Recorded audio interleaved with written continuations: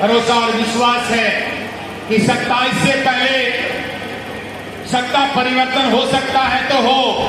यदि 27 से पहले सत्ता परिवर्तन नहीं हुई तो जो जुर्म हमारे SC, ST, OBC और माइनॉरिटी के साथ हो रहा है, हमारी रोटी, हमारे काम, हमारे नौकरियां, हमारी शिक्षा हमसे छीनी जा रही है, तो ये लड़ाई हमें सारे मिल करके लड़नी चाहिए और इसको पूरा करने चाहिए। 27 के बाद न भारत में दोबारा वो मनमानियों का शासन आना चाहिए, न आने देना है। यदि अपने ही समाज के लोग कोई है तो उनको खबरदार कहिए और कहिए 27 के बाद अब SC, ST, OBC और माइनॉरिटियों का यानी बहुजन मूल निवासियों का राज स्थापित होगा। जनगणना हम कराएंगे और शिक्षा स्वच्छ देश में फ्री करेंगे। ये वादा आपको करना होगा साथियों। मंच में बैठे तमाम हमारे अतिथियों से निवेदन करना चाहता हूं, 60 साल से माता हो या बहन हो, ज्यादा उम्र वाले जो हमारे नेता महानेता हैं, उन सबको सम्मान करते हुए उनका प्यार बहुमत लीजिए। लेकिन राजनीति में दुश्मनों के साथ मिल के खाने का जो रास्ता है, हो सकता है इसको बात बंद कर दीजिए। आप नौजवानों को करना, ये मंचासीन हमारे साथी लोग बैठे हुए हैं, ये फ्यूचर है हमारे। आप नौजवान हमारे फ्यूचर है, हमारे भविष्य है। नेपाल के धरती में मैं पैदा हुआ, लेकिन जो हमारे साथ अत्याचार हो रहा है, जो SC, ST, OBC माइनॉरिटी के साथ, बौद्धों के साथ, क्रिश्चियन के साथ, मुसलमान के साथ, गुरु नानक कबीरों के साथ, संत रविदासों के साथ जो हुक्मरान के द्वारा अत्याचार किया जा रहा है, जो बुलडोजर चलाया जा रहा है, हमारे बच्चों को नौकरी नहीं दे करके जो पढ़ाई होती है उसमें वो बदमाशी करते हैं, ऐसे लोगों को सजा होनी चाहिए। और ये सजा ये सरकार देता है तो ठीक है, नहीं 27 के बाद आपको आएगा तो आपको उसको फांसी में चढ़ाने के लिए आप लोगों को तैयार होगा। जो लड़ाई हमने नेपाल में लड़ा, अभी संविधान बचा करके संसद में लड़ने के लिए आपको चंद्रशेखर भाई को कंधे में कंधे बैठा करके, मिला करके, दिल और दिमाग में रख करके, तन मन धन से सहयोग करके चंद्रशेखर भाई को यदि आप संसद में लड़ने के लिए फाइटर बन के बनाएंगे तो मुझे विश्वास है दूसरा अम्बेडकर फिर भारत में पैदा होगा। भारत को संविधान नहीं लिखते तो दुनिया में हम मानव स्वरूप जीने का हक हमें नहीं देते। तो ये जो संविधान है, ये संविधान सिर्फ आपकी संविधान नहीं है, ये संविधान सिर्फ भारत की संविधान नहीं है, ये दुनिया के बहुजन मूल निवासी मानव और जितने जीव है उन सबको जीने का हक देने का संविधान है। ये संविधान जहां जहां अंधविश्वास है, जहां जहां जातिवाद है, जहां जहां मनुवाद है, जहां जहां पाखंडवाद है, उन सबको मिटिया मेट करने वाले विज्ञान और साइंस ये संविधान है। ये संविधान विज्ञान और साइंस है। ये संविधान ही नहीं है, ये एक संविधान नहीं है, इसमें दुनिया के अनेक अच्छे संविधान का अच्छा अंश भी है। इसीलिए इस संविधान को दुनिया के लोकतंत्र मानने वाले लोग भारत को लोकतंत्र को जिंदा रखना चाहते हैं। लोकतंत्र है तो हम हैं, लोकतंत्र नहीं है तो हम भारत के लोग नहीं हैं। ये समझने की बात है। मेरे बातों को सुनने वाले सभी को नमन करता हूं। ये संविधान बना के बाबा साहब जब 1956 में ये संविधान लिखकर, संविधान में देकर, हमारे आजादी देकर जब संविधान को लागू करवा दिए तो बाबा साहब 1956 में 1956 में काठमांडू गए। आज कितने लोगों को जानकारी है कि बाबा साहब नेपाल काठमांडू में गए थे? थोड़ा हाथ उठाएंगे, थोड़ा हाथ उठाएंगे, मैं देखना चाहता चाहता हूं, मंच में भी आप लोग उठाएंगे, कितने को जानकारी है कि बाबा साहब काठमांडू गए थे? बाबा साहब नेपाल गए। नेपाल के राजा उस समय हिंदू राष्ट्र के नाम से जाना जाते थे। आप लोग डेमोक्रेसी में पैदा हुए, मैं राजशाही में पैदा हुआ। सवाल खड़ा है,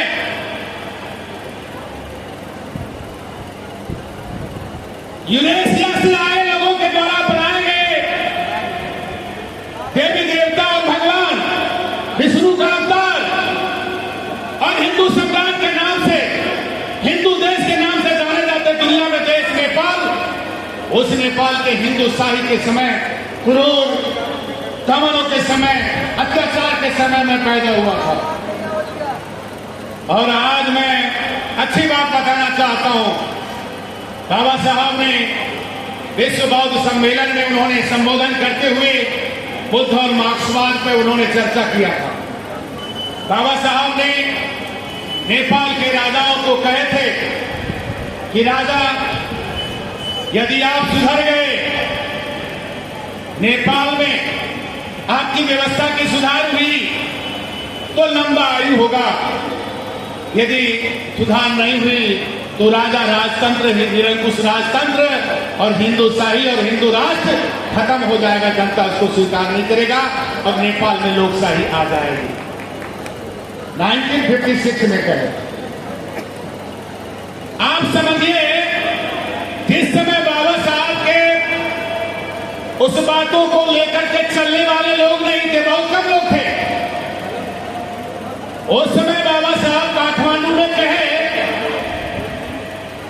नारायण हेटी राज दरबार के त्रिभुवन भवन में राजा महेंद्र ने आपको आमंत्रित करके लाए और वहां पूछे कि मेरे देश के संविधान भी बनानी है, नेपाल का संविधान भी बनाना है। तो डॉक्टर अम्बेडकर आप ये बताएं कि कितने दिन में हमारे देश के संविधान लिख लेंगे? बाबा साहब ने कहा, मेरा सेहत तो बहुत खराब है, लेकिन मैं आपको 5 दिन में आपका देश का संविधान लिख दूंगा। साथियों, सोना के महल में, सोना के थाली में, सोना के चमचा से खाने वाले दुनिया में जो यहूदी ने संसदों के घर में बाबा साहब जैसे बच्चा पैदा नहीं हुए था। ये बात समझने की बात है। और बाबा साहब ने जब नेपाल का संविधान 5 दिन में लिख दिए होते तो हम हिंदू राष्ट्र में पैदा नहीं होते, हमारी दशा और दुर्दशा आज बदल गया होता। SC ST OBC माइनॉरिटियों ये 4 पिलर है, इस 4 पिलर को आजादी और शासन में हुक्मरान बनने का जो है शासन में अधिकार नहीं गया होता। संख्या अनुपात में हमारी भागीदारी हो जाती और जनगणना आज जो आवाज उठ रही है वो जनगणना हो गया होता, क्योंकि हमारे लोग वहां बैठे हो। नेपाल में संविधान नहीं बना। भारत से जाकर के मिश्रा जी, शुक्ला जी, झा जी, दुर्गे चौबे जी के प्रतिनिधि जाकर के नेपाल में 6 बार संविधान लिखे। और वो प्रतिनिधि कहां से जाते थे? बनारस से जाते थे।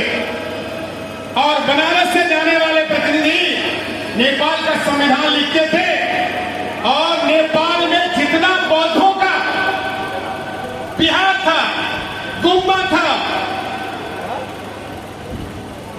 उस सब को समाप्त करने का काम करते थे कानूनी तरह से।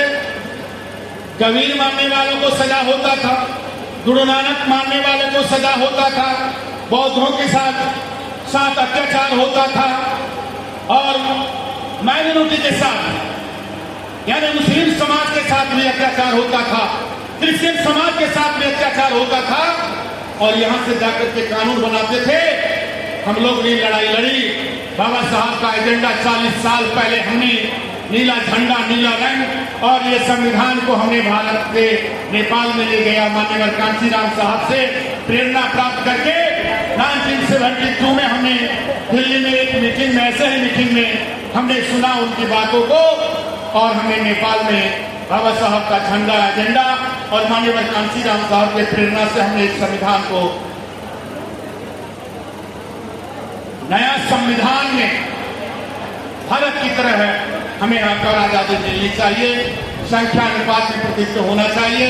कि हमने वो आवाज उठाया और 15 साल पहले नेपाल में राजशाही खत्म हुई और संविधान सभा से संविधान बना। मैं उस संविधान सभा में दोनों में था। SC ST OBC की संख्या अनुपात में भागीदारी का लड़ाई लड़ा। नेपाल में कोई आरक्षण नहीं है, नेपाल में कोई सुविधा नहीं है, यहाँ पेंशन भी मिल जाता है, नेपाल में कोई सुविधा नहीं है। नेपाल में 3-4% ब्राह्मण मनुवादी हैं और 88-90% हम लोग हैं। जो अवस्था यहाँ की है वही अवस्था नेपाल का है।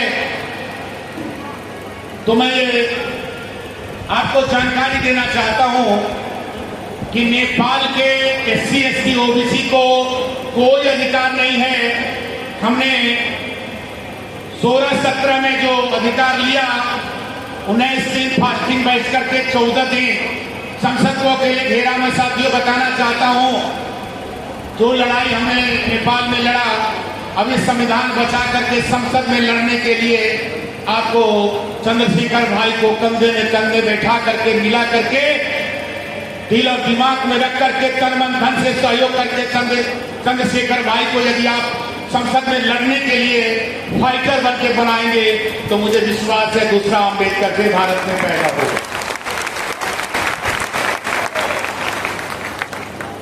मैं किसी जात का अपमान और सम्मान नहीं करना चाहता। मैं OBC महासभा को धन्यवाद देना चाहता हूं। इसलिए धन्यवाद देना चाहता हूं कि आपके अंदर जो ताकतें हैं उस ताकत को सभी के ताकत के साथ जोड़ करके आगे बढ़ने की आवश्यकता है। आप सबको मिल के आगे की बढ़ने की आवश्यकता है और नेपाल और भारत एक रास्ते पे आगे बढ़ेंगे। मुझे भरोसा और विश्वास है कि 27 से पहले सत्ता परिवर्तन हो सकता है तो हो।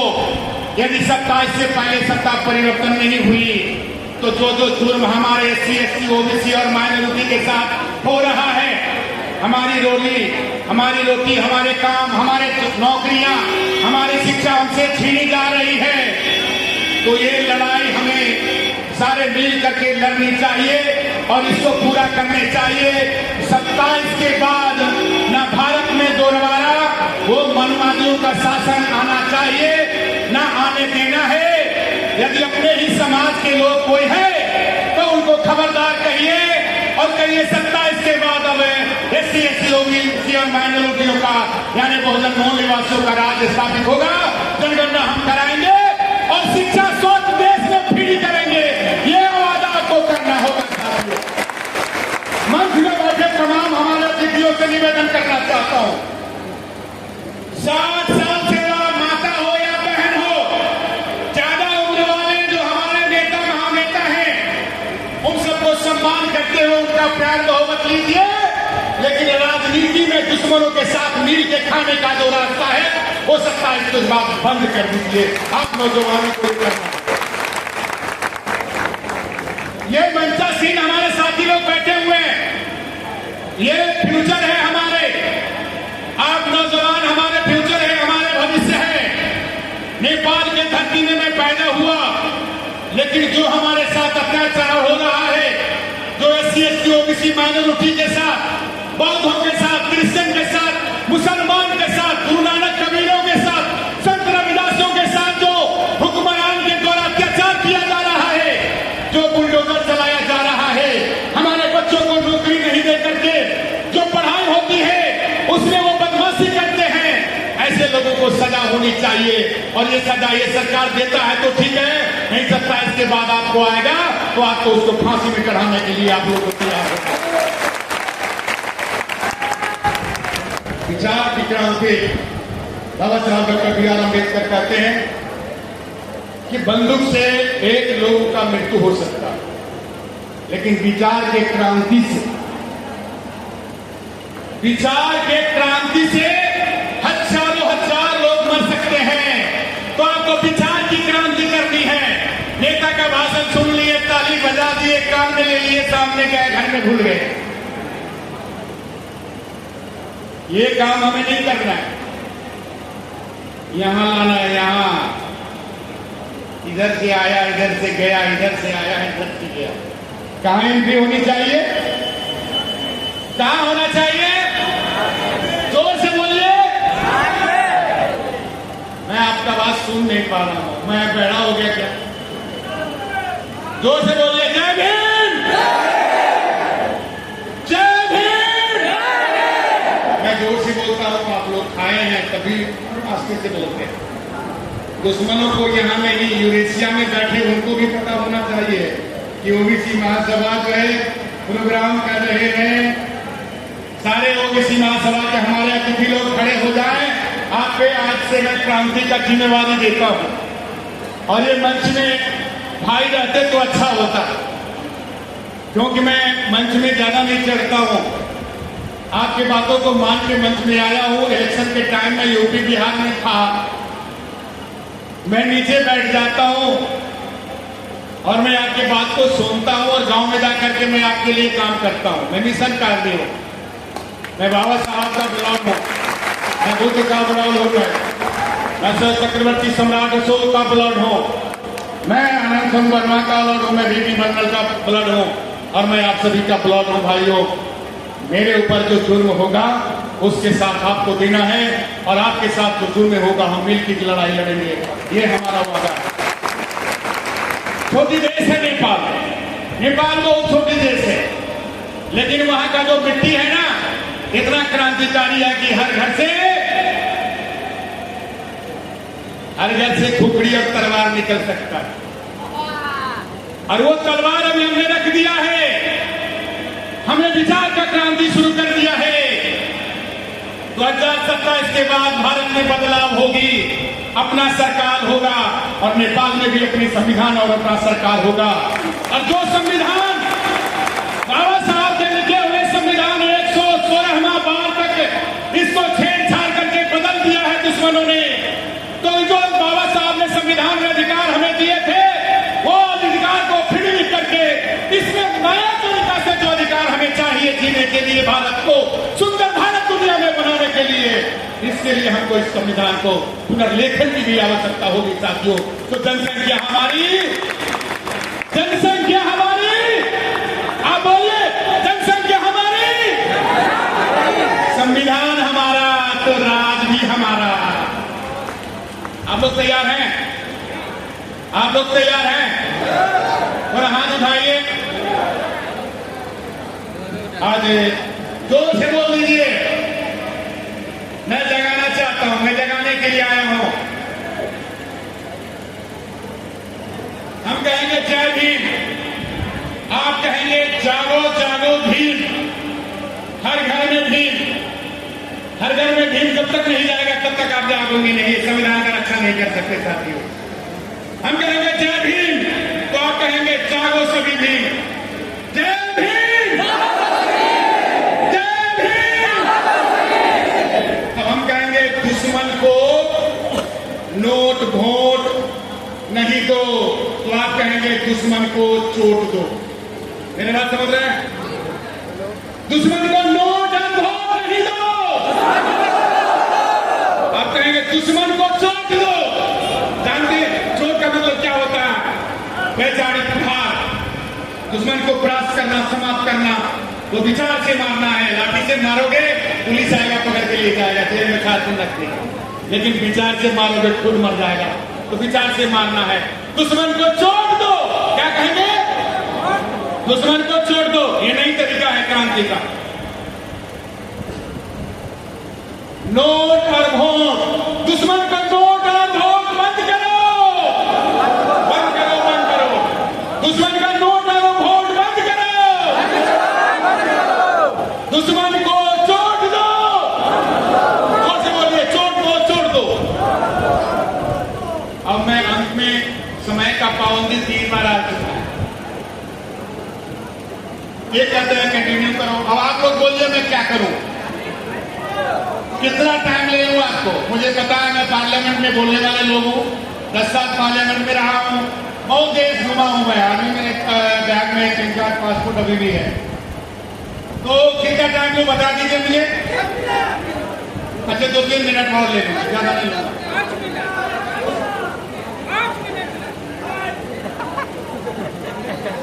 हमारे बहुत सम्मानित और आदरणीय हैं। समय 5 मिनट हमारी जो है टीम मुकर्रर करती है। 5 मिनट में जो है बाबा साहब के साथियों, मैं दुनिया में जाता हूं तो मुझे पूछता है कि आप कहां से आए हैं।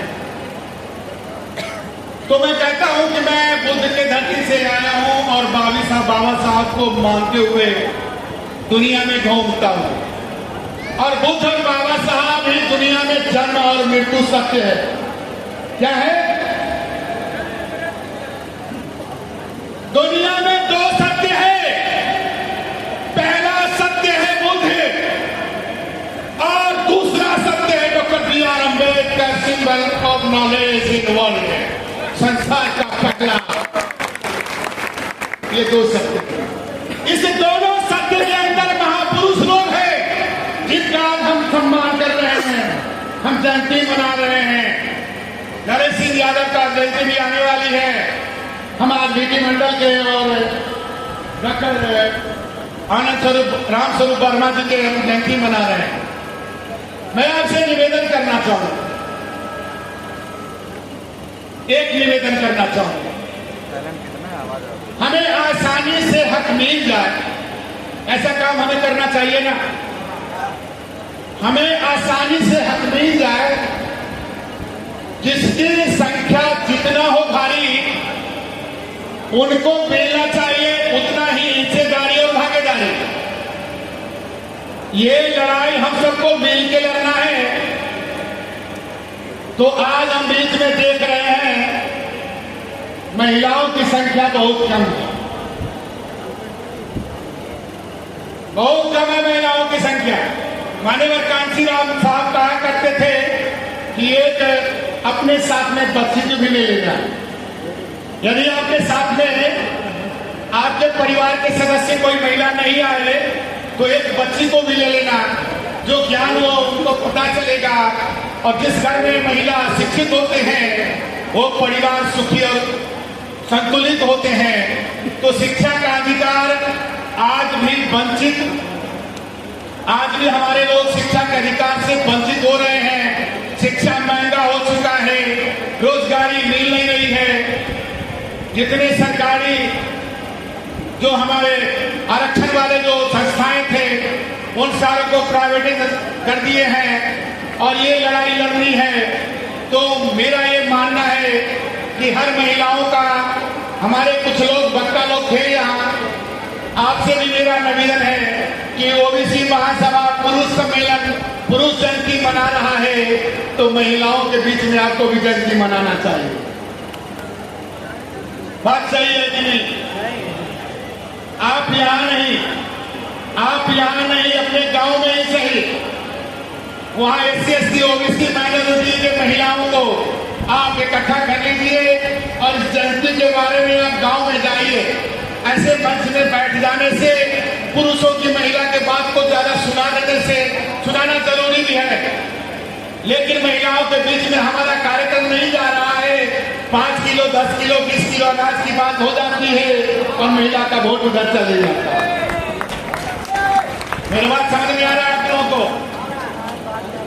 आप इधर जय भीम वाले हैं और हमारे घर के महिला और वो 5 किलो अनाज वाले, तो क्या होगा? बदलाव होगी? बदलाव नहीं होगी। इसलिए मेरा निवेदन है आप लोगों से कि हमारे घर घर के महिलाओं को शिक्षित करनी चाहिए, उनको ज्ञान देना चाहिए और ये काम हमारे महिला नेत्रियों को करनी चाहिए। ये मैं निवेदन करना चाहूंगा। आप हमारे माइनॉरिटियों के साथी हैं, आप यदि नमाज पढ़ने के लिए जाते हैं तो मस्जिद में महिलाओं को आप नहीं पढ़ाते, महिला खुद घर में रहती है, तो आप जो है महिलाओं को भी कहना, क्योंकि इस बार का RSS का काउंट है कि 2.07% मुसलमानों का वोट जो है बीजेपी को गया। अब मेरा ये मानना है कि 2.07%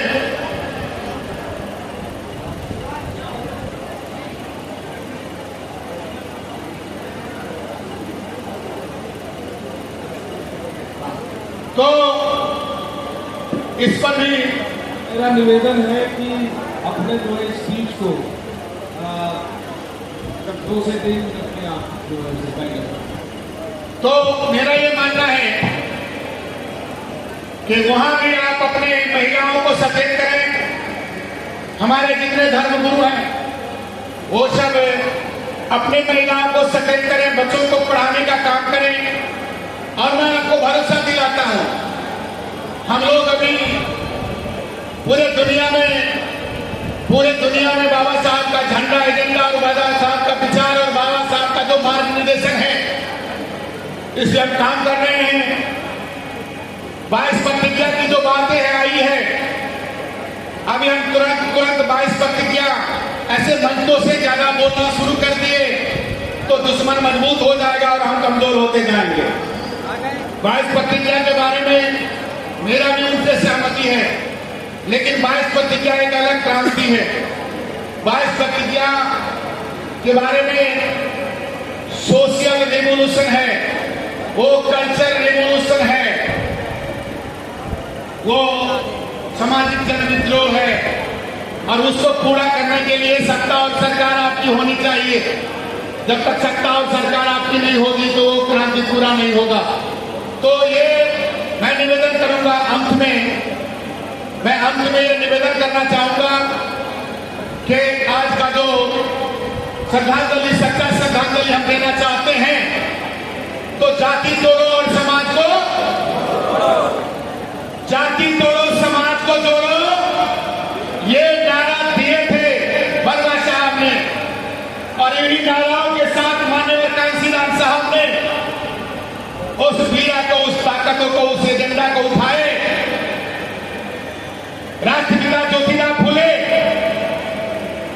राष्ट्रमाता सावित्रीबाई फुले, जो इसी समाज में पैदा हुए और सभी को शिक्षा का अधिकार दिलाए, और वही शिक्षा पा करके बाबा साहब ने फिर सबको अधिकार दिलाने का काम किए संविधान में। तो इन सभी महापुरुषों को एक बार नमन करते हुए, सभी महापुरुषों के नाम से नमन करते हुए, आप सभी को खड़ा होकर के 1 मिनट सबको नमन कर लें, दुनिया के सभी महापुरुषों के नाम से नमन कर लें। ये मैं आप लोगों से निवेदन करता हूं, सब कोई खड़ा हो जाए, एक बार खड़ा हो जाइए। सच्चा श्रद्धांजलि देना है हमारे सभी महापुरुषों को। तो मैं सच्चा श्रद्धांजलि के लिए वर्मा साहब, मंडल साहब को सच्चा श्रद्धांजलि के लिए समय शुरू करता हूं। 1 मिनट शुरू।